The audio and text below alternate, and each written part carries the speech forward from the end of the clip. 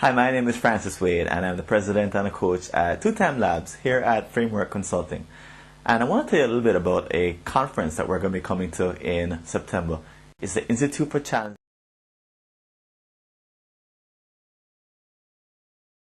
And we're going to be coming to present first a speech and then also a workshop called Baby Steps. Baby Steps 101 and Baby Steps 201. And it's all about radically reducing the time clutter that your clients experience if you're a professional organizer, a coach, or a consultant.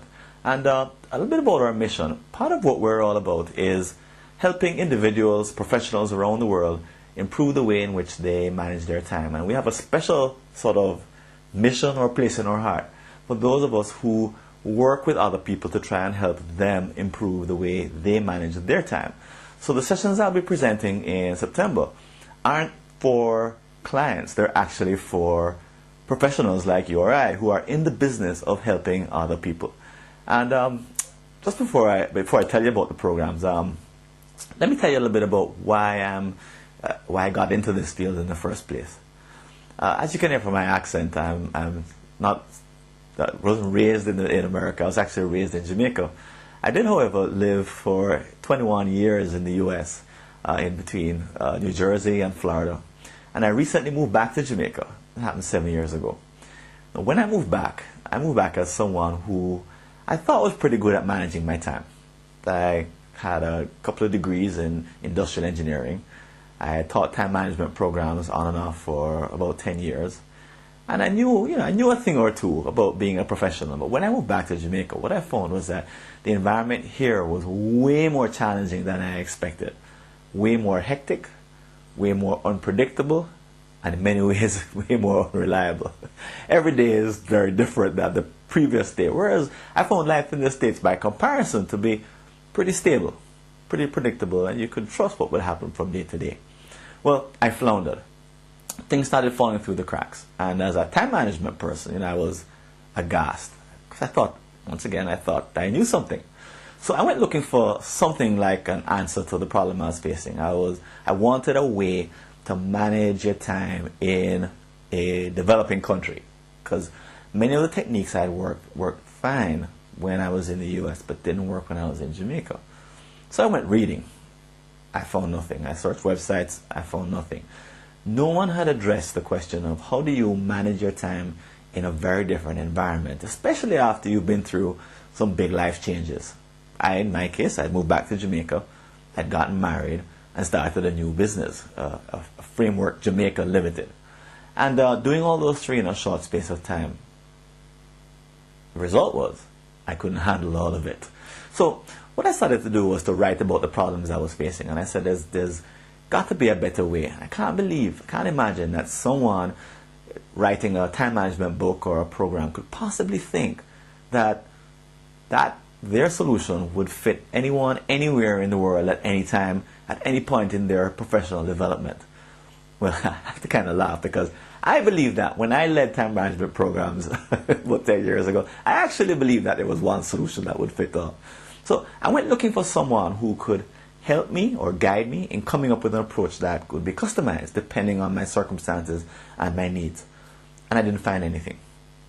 So I started writing out of frustration, started blogging, started doing videos and audios, all to try and figure out how do you help someone in my situation who needs to develop a time management system, a method, a process that suits them in their circumstances, even when they've done a whole bunch of time management training and even led training as I had.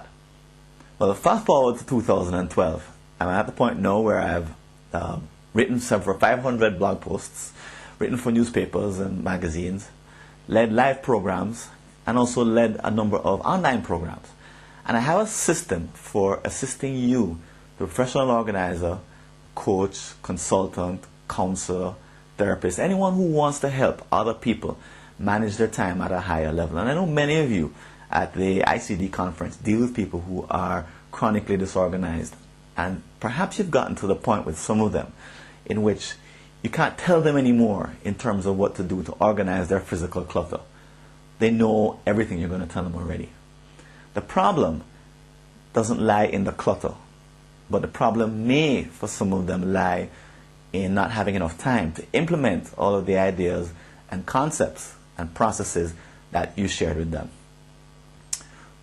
Well, what I want to share with you today actually has to do with that, and it comes from my own personal experience. It's the 6 mistakes that we often make as consultants, coaches, professional organizers when we try to help other people to improve their time management skills. So there's 6 mistakes, and I should actually call this the 6 mistakes that Francis has made, because they all come from personal experience. So the first mistake is to generate unnecessary resistance. And what I mean by that is, oftentimes what we do when we tell someone that we think they have an issue or a problem is we jump right in and say, listen, you have a time management problem. And their response often is, no, I don't. Because in their mind, time management is something they learned when they were 15 years old. And how could you come along and say that they haven't mastered that basic skill? And how could you say that they're not professional? Look what they've accomplished. And we get ourselves into trouble by simply labeling the client in a way that doesn't work for either us or for them. So labeling them can sometimes get us in trouble when we generate unnecessary resistance. The first mistake. Second mistake is that we ignore their accomplishments. We make the mistake of thinking that they need what we have so much that we don't need to look at what they have already accomplished. No, the fact is, what I discovered in my research is that professionals, working professionals, actually have accomplished something pretty remarkable, which is that most of us have self-made or made our own time management systems. So that takes some doing, and not everyone has been able to do that in life. Those who have been successful. Those who haven't, well, they haven't been as successful. But your clients, I imagine, are among the successes. If they're hiring you, chances are they've already gotten to the point where they've developed a system at some point in their teens or early 20s, and they've used it to accomplish probably some great things in life. So they've already gotten to a point where something is working for them. And the worst thing to tell them is, you have a time management problem and what you're doing isn't working, because there are aspects of it that are working. And you need to honor that and respect that the work that they've put in has not been for naught. In fact, it's worked well. It's just that chances are, like when I moved to Jamaica, when I got married, now that we have an explosion of information and people are experiencing information overload, chances are the world has changed around them. And the system that they developed when they were really young worked for a long time, perhaps, and it stopped working. And that might just be a recent phenomenon. Third mistake we often make as coaches, professional organizers, and counselors is to tell our clients or imply that somehow one size fits all, that we have the answer to their problem, that what they need to do is to chuck away everything they have and adapt or put into place our process, our set of steps, our habit pattern, because that's what would make them successful. Well, it's a terrible mistake. As I said, we actually need our individual time management systems, our own method, our own process. Why? Because we have individual lives in which we have individual goals, we have our own idiosyncrasies, we have our own pre-existing habit patterns, and to try to force someone to change everyone to change to one pattern is simply a mistake. So one size doesn't fit all. It's a mistake to interact with your clients as if there's one single destination, one single set of practices that will save the day. They actually need a custom design. And the fourth mistake is to kill them with tips. So I've come to really hate the phrase time management tips. A tip is a small piece of advice. And it could be as simple as, oh, buy an iPad. But what our clients really need is not tens or hundreds or thousands of tips, none of which hold together. What they need is a system. Or, in other words, a systematic way of improving the way they manage their time that lasts them perhaps their entire career. Because life is changing so often that even yesterday's tip is today's nonsense. I remember back in the 90s when the big idea behind time management, the tip at the time was to buy one of those big binders, with refillable pages, and you go to Office Depot and buy new pages and put them in. And if you're serious about time management, you had one of these big books with all these different pages, and that was what you used. Well, that tip, of course, no longer applies today because we have so much better tools available to us now that looks sort of old. So, tips aren't what our client really needs. As I said, they need a systematic way to improve their methods over time. And that's part of what you'll get, by the way, when you come to the conference in September. And then the fifth mistake is to think that all we need to do is to just tell them what to do. That all they need are just the right facts. And what they've been missing is more information. And that if we give them the information, it'll save them from all the trouble that they normally get into. Well, it just doesn't work that way. Expecting our clients to be successful without support is a bit of a joke, because what they're out to change when they want to upgrade their time management system or their habits is a pretty complex set of habits that they developed at some point in the past.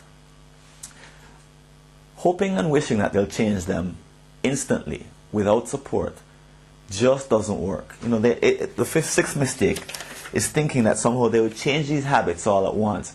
Just doesn't happen. It happens slowly. Habit change takes time.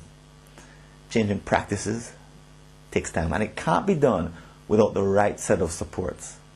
And the supports might include incentives, reminders, triggers, tracking mechanisms like a diary, and even the presence of people like us, coaches, professional organizers, consultants, people who provide a particular kind of structure over time so that we can help them to make the transition that's necessary.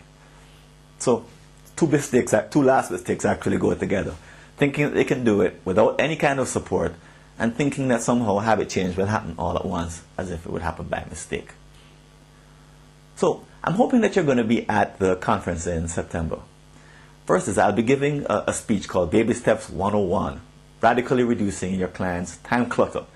And that's going to be done in the conference itself. I'm going to be giving a practical foundation for being an effective coach or any client who needs to upgrade their time management system. It'll be the first part of the process that I'll continue teaching 23rd, which is Baby Steps 201. It's a continuation of 101.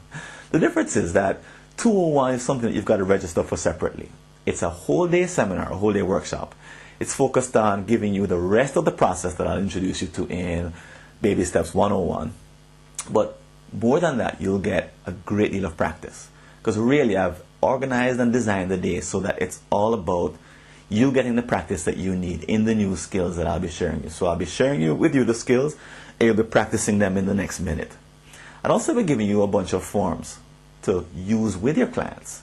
And sort of my goal is to give you not just a lot of new information, but to also give you the opportunity to practice new skills while you use a brand new turnkey system for working with your clients' time clutter. See, my hope is that, as I mentioned at the beginning, you'll be able to use what you take it's actually on Sunday the 23rd, and you'll use that and be able to improve your clients' ability to manage their time on Monday morning. You'll have the new skills, you'll have the forms, you'll have a brand new approach that actually works all together. And you'll be able to unstick some stuck clients who have time issues. And the time issues having a breakthrough in their time issues will help them to declutter their physical lives. You'll also have something new that you can take to brand new clients or offer to people who might not have a big issue around physical clutter, but have tremendous issues around time clutter, seeing things falling through the cracks or feeling stressed because they have a sense of information overload. So I want to leave you with those abilities. That's sort of my goal and my mission. So if you're interested in taking that one-day workshop, it's on Sunday the 23rd. Just register on this page, and Space is limited, unfortunately, because it's not a very big room that we have available to us. But grab a space, and I'll see you in September at the ICD conference. Take care. All the best.